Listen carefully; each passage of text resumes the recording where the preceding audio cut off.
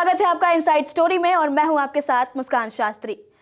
महागठबंधन में सीट बंटवारे को लेकर अब तक पेंच फंसी हुई नजर आ रही है। आपको पता है कि तेजस्वी यादव बिना मिले ही राहुल गांधी से वापस लौट गए। एक पूरा दिन बीत गया लेकिन इस पर अब तक कोई अपडेट नहीं आई है। एक तरफ कांग्रेस है जो बार बार ये कह रही है कि वो महागठबंधन से सीट बंटवारे को लेकर कोई कॉम्प्रोमाइज नहीं करेगी। दूसरी तरफ जो सहयोगी है, तेजस्वी के खुद के सहयोगी हैं, वो भी कॉम्प्रोमाइज करने को तैयार नहीं है। तो कहीं ना कहीं ये नजर आ रहा है कि तेजस्वी की दिक्कतें जो है वो लगातार बढ़ती जा रही हैं और चुनाव बेहद करीब। इधर एनडीए से आपको पता ही है कि पहली सूची भी जारी कर दी गई है। अब ऐसे में तेजस्वी के सामने काफी चैलेंजेस हैं जो वो इस वक्त टैकल कर रहे हैं, लेकिन कोई निदान नहीं निकल रहा है, इसका कोई कॉन्सेप्ट जो है वो क्लियर नहीं हो पा रहा है। तो आज इसी पर चर्चा करेंगे। चर्चा के लिए हमारे साथ मौजूद है हमारे सहयोगी डॉक्टर संजीव त्रिवेदी। बहुत स्वागत है आपका। सबसे पहला सवाल तो यह है कि आखिर महागठबंधन का जो पेच है वो कहां फंस रहा है? आखिर क्यों नहीं हो पा रहा है सीट बंटवारे को लेकर कोई भी फैसला? वजहों में जाएं इसके पहले ये समझिए कि जो दूसरा पक्ष है वो कहां पर पहुंच चुका है। बिल्कुल। दूसरा पक्ष जो है उसने न केवल आपस में सीटों का बंटवारा कर लिया, एनडीए सहयोगियों को पता लग गया कि कौन कितनी सीटों पर लड़ रहा है, बल्कि भारतीय जनता पार्टी जो कि सबसे प्रमुख घटक है एनडीए में, उसने आज सीटों की घोषणा भी कर दी। 71 सीट्स, यानी कि उसे 101 सीटें मिली हैं तो 30 सीटें उसे और घोषित करनी है। यानी कि जिन सीटों पर विवाद नहीं था, ऐसा नहीं है कि विवाद वहां नहीं है, वहां भी विवाद है और कल रात से हम लोग विवाद के बारे में सुन रहे हैं, लेकिन उन्होंने जो गैर विवादित सीटें हैं, विवाद रहित सीटें हैं, उनको घोषित कर दिया और कहीं कोई बवाल उसको लेकर के नहीं हो रहा है। नंद किशोर यादव जैसे वरिष्ठ नेता का टिकट काट दिया गया, जो 6 बार से लगातार विधायक पटना सिटी सीट से थे। तो मैं ये कह रहा हूँ कि एक तरफ तो एनडीए है जो कि अपने सीट बंटवारे को फाइनलाइज कर रही है और महागठबंधन जिनसे ये उम्मीद की जा रही थी कि वो ये काम पहले करेंगे। बिल्कुल। क्योंकि जो समझदारी उन 16 दिनों की यात्रा में दिखी थी तमाम महागठबंधन सहयोगियों में, वो तो कमाल की थी। बिल्कुल। तो ऐसे में उम्मीद थी और गुंजाइश थी कि आप तुरंत बैठेंगे और सब कुछ सेटल हो जाएगा। लेकिन देखिए कि 17 तारीख में अब तो गिनती के दिन बचे हैं और पहला चरण का नामांकन शुरू हो गया है, दूसरे चरण का नामांकन शुरू हो गया है, लेकिन अभी तक सीटों की घोषणा ही नहीं हुई है। अब ये स्थिति हो गई कंपैरिजन में। अब वो मूल प्रश्न जो आप कर रही हैं और जो तमाम दर्शकों के मन में है कि आखिर वजह क्या है। बिल्कुल। अब देखिए वजह इसमें यह है कि परस्पर जो महत्वाकांक्षा है, वजह वही है जो एनडीए में है, वही आपको महागठबंधन में भी है। समझने वाली बात यह है कि इस महत्वाकांक्षा को अपने तरीके से कंट्रोल करने की कोशिश कोई गठबंधन का दल कर भी रहा है कि नहीं कर रहा है। और मैं यहाँ पर नाम लेना चाहूँगा कि आरजेडी ने तो संयम दिखाया, संतुलन दिखाया, लेकिन उसके जो बाकी तमाम सहयोगी हैं, मैं पा रहा हूँ कि उनमें से तो ज़्यादातर सहयोग करने को तैयार दिखाई नहीं पड़ रहे हैं। आपने कहा कि तेजस्वी बिना मुलाकात के गए सोमवार को, वो दिन भर इंतज़ार करते रहे कि कॉल आएगा, अदालती कार्रवाई थी, आरोप तय होने थे, उन पर हो गए, मुलाकात हो सकती थी। फ़ोन पर राहुल गांधी से बात हुई, फ़ोन पर बात होने के बाद इस बात की गुंजाइश थी कि साथ बैठ करके अगर पेंच फंस रहा है तो उसे दूर कर दें। राहुल गांधी से क्या उम्मीद थी? उनसे उम्मीद ये थी कि जैसे ही वो लौटेंगे विदेश दौरे से, आप जानती हैं वो लैटिन अमेरिका गए हुए थे, जैसे ही वो दौड़ेंगे, वो इतने बड़े नेता हैं, हम लोगों ने बात की भी थी कि वो सॉल्व कर देंगे। 5 या 7 सीटों का अगर मसला है आरजेडी के लिए, अगर वो बहुत ज़रूरी है। वजह तो यही है ना कि आखिरकार कुछ सीटें ऐसी हैं जो आपको भी चाहिए और हमें भी चाहिए, तो आप कैसे इसको एक मिडिल पोजीशन पर लाते हैं, एक म्यूचुअली अग्रीएबल कोई एग्रीमेंट करते हैं आप। कुछ इस तरह की चीज़ तो उनके लिए ज़्यादा आसान था, राहुल गांधी के लिए। और तेजस्वी यादव दिल्ली में थे लेकिन मुलाकात ही नहीं हुई, खड़गे जी से भी मुलाकात नहीं हुई, वापस चले गए और उसके बाद ऐसा लगा जैसे एक डेस्परेशन है।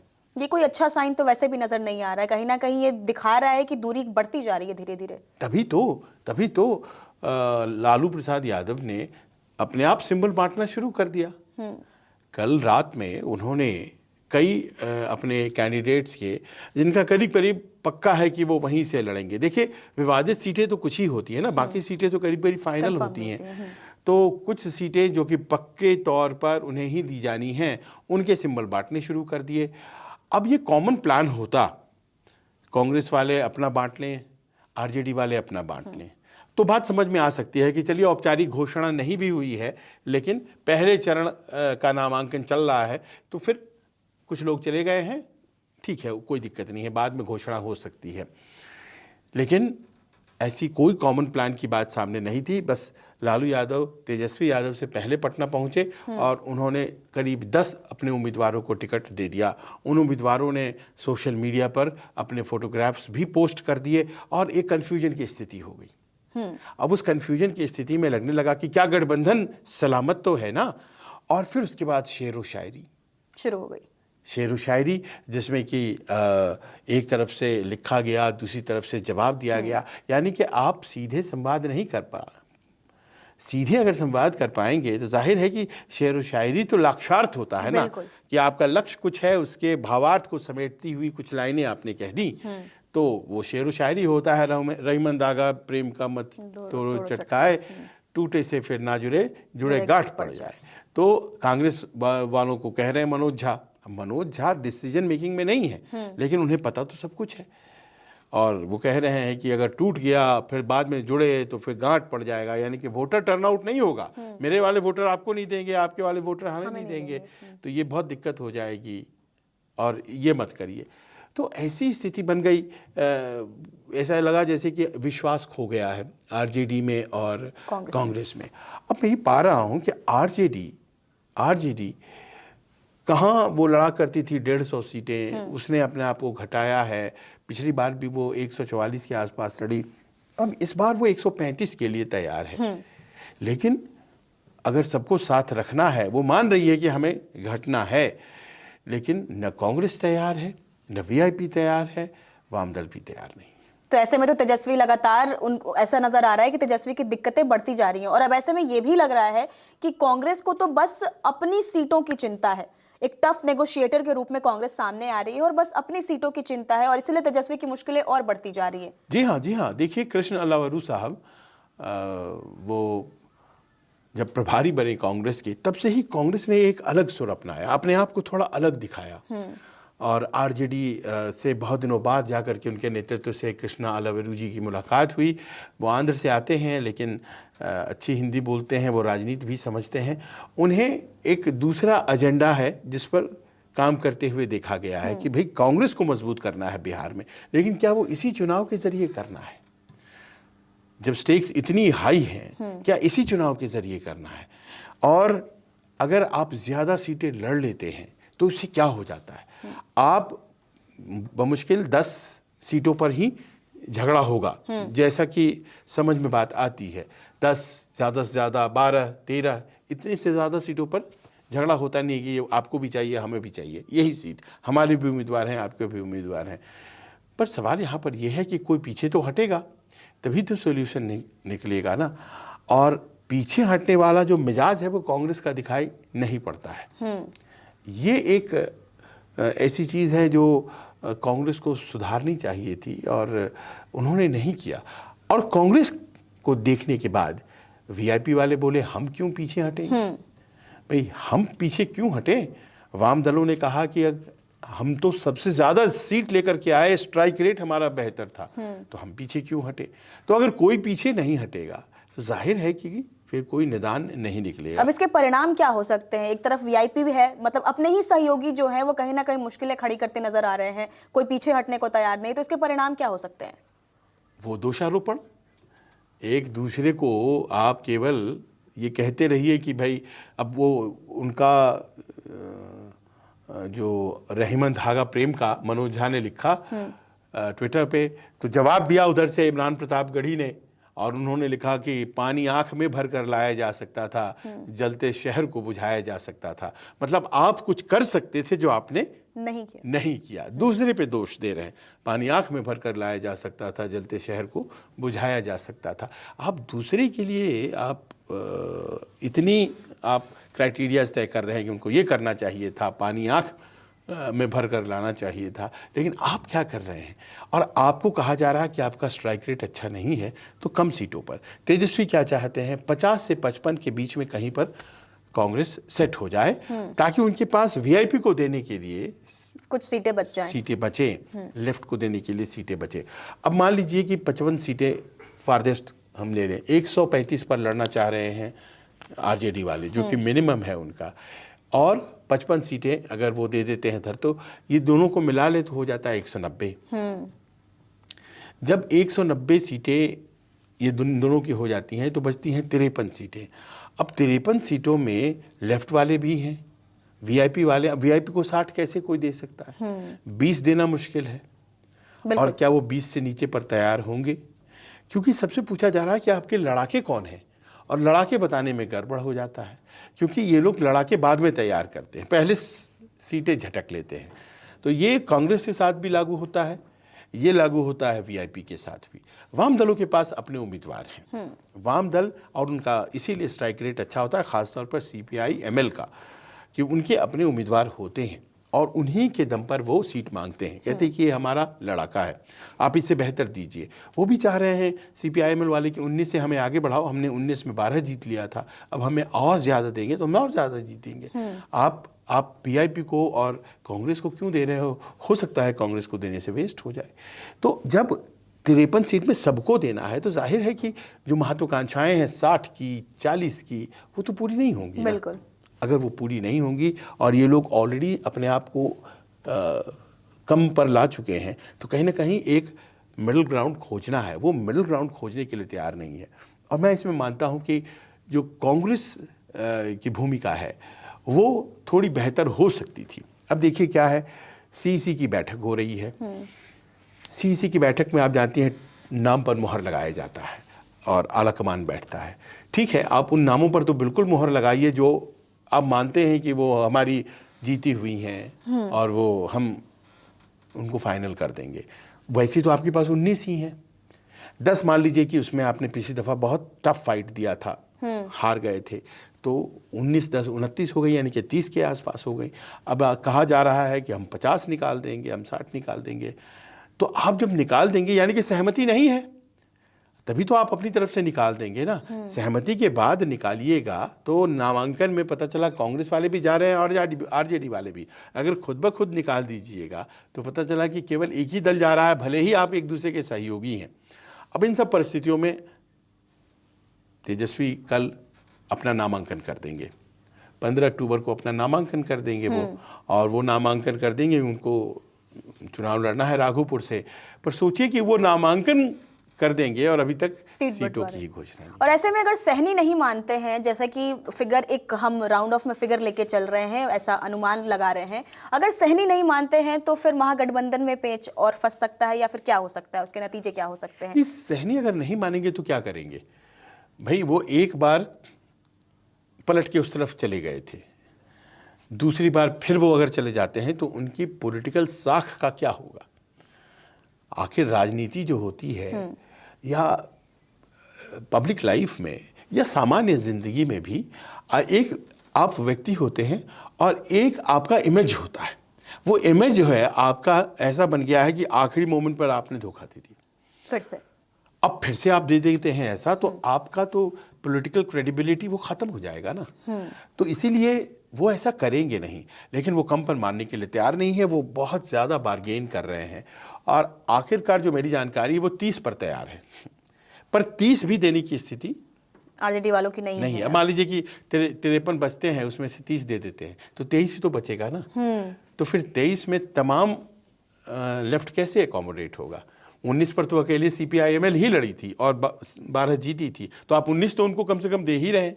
हो सकता है कि एक आध ज़्यादा ही दे दे, फिर सीपीआई है और सीपीएम है, और इन सबों को अगर आप साथ नहीं रखिएगा तो एक वाइटल चंक्स ऑफ वोट जो है वो आपकी मिस करेंगी। तो ऐसे में वो 30 कैसे लड़ें, कैसे सुलझाएंगे तेजस्वी ये गुत्थी? देखिए, कुछ चीज़ें ऐसी होती हैं मुस्कान के, उसको आप या हम सॉल्व नहीं कर सकते हैं, समय उसका हल निकालता है। समय ऐसा है कि वीआईपी के पास कोई रास्ता नहीं है, साहनी साहब कहीं नहीं जाएंगे, वो यहीं रहेंगे। मुझे लगता है वाम दल के लिए तो कभी कोई दरवाज़ा था ही नहीं कि वो एनडीए चले जाएंगे, वो तो वाम दल हैं वो। तो अल्टीमेटली एक फर्म हैंड से तेजस्वी और आरजेडी वाले आगे बढ़ेंगे, और वो कांग्रेस ये जो बार बार कह रही है कि हम अकेले लड़ जाएंगे वगैरह वगैरह, ये उनके लिए ये तो एक तरह से बहुत डेंजरस आइडिया है। बिहार में आरजेडी के बिना कांग्रेस की क्या भूमिका है, क्या स्थिति है? आप ऐसे ही दल की बात कर रही हैं जो बिहार में 1989 तक चीफ मिनिस्टर बनाया करती थी। 1989 में चीफ मिनिस्टर जगन्नाथ मिश्र वो हटे थे और तभी लालू यादव मुख्यमंत्री बने थे।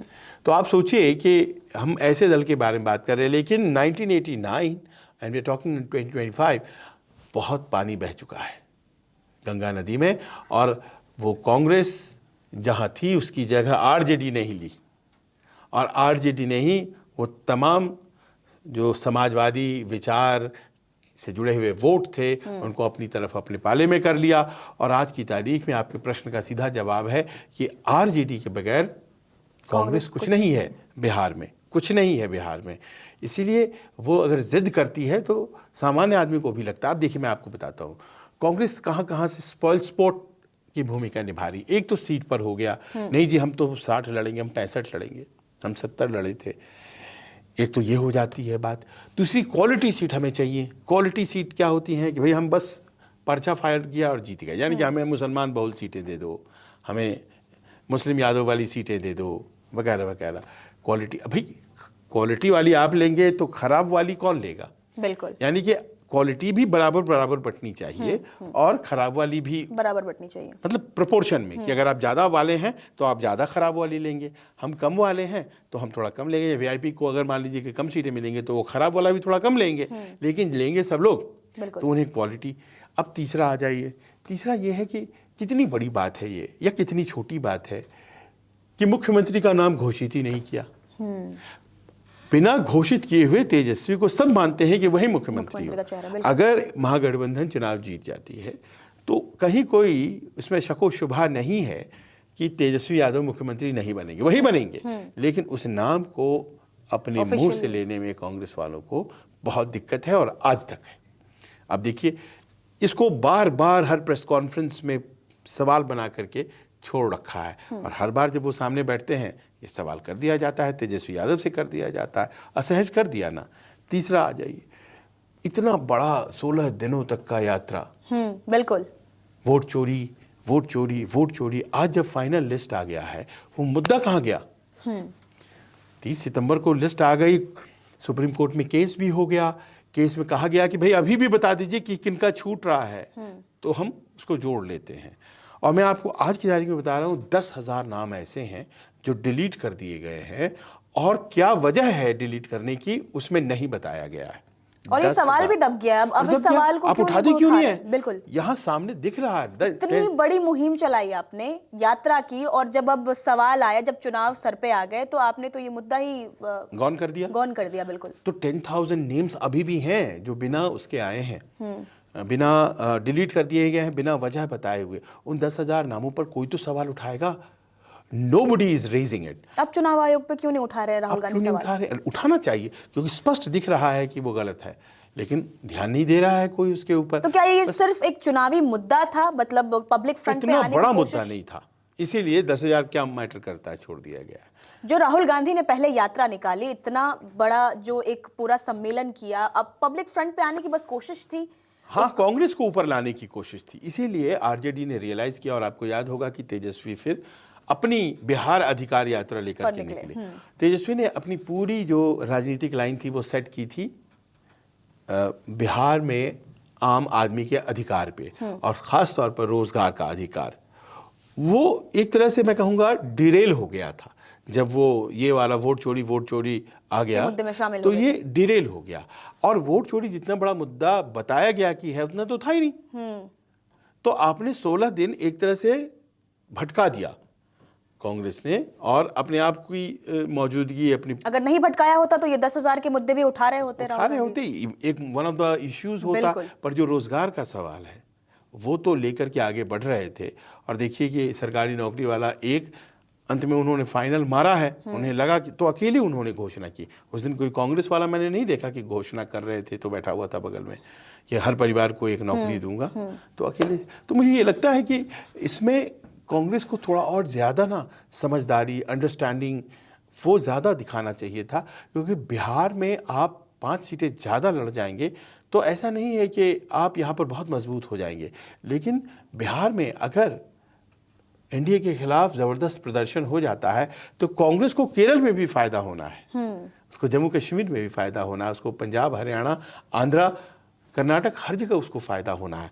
ये वाली बात कैसे नहीं कैलकुलेशन में रखी पर जाएगी। अब ऐसे में एनडीए तो सीट शेयरिंग की रेस में आगे निकलता हुआ दिख रहा है। एक तरफ उन्होंने घोषणा कर दी, पहली लिस्ट भी बीजेपी वालों ने जारी कर दी है। तो अब ऐसे में ये जो गठबंधन नहीं बन पा रही है उन पे तो कई सवाल खड़े होते हैं, और ये एक मौका मिल गया एनडीए वालों को बोलने का कि इनमें कहीं ना कहीं गड़बड़ी है।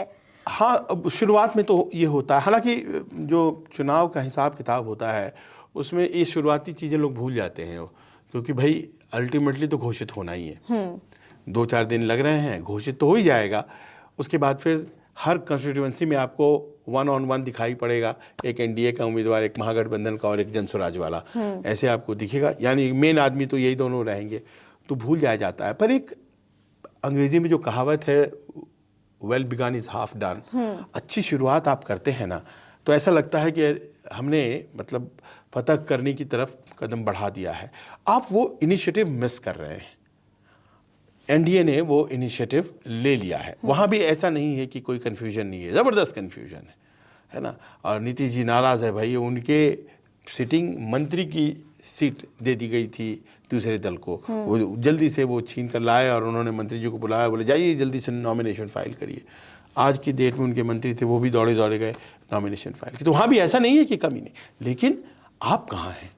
और अभी तक आप वो स्टेज नहीं पार कर चुके हैं जो एनडीए वालों ने कर लिया है। लिहाजा ये ज़रूरी था कि वो करते, और ये भी ज़रूरी था कि इसमें जो शीर्ष नेतृत्व है, दिल्ली वाला नेतृत्व जो कांग्रेस का है, उसकी अपनी भूमिका थी। बहुत बहुत धन्यवाद तमाम जानकारी के लिए।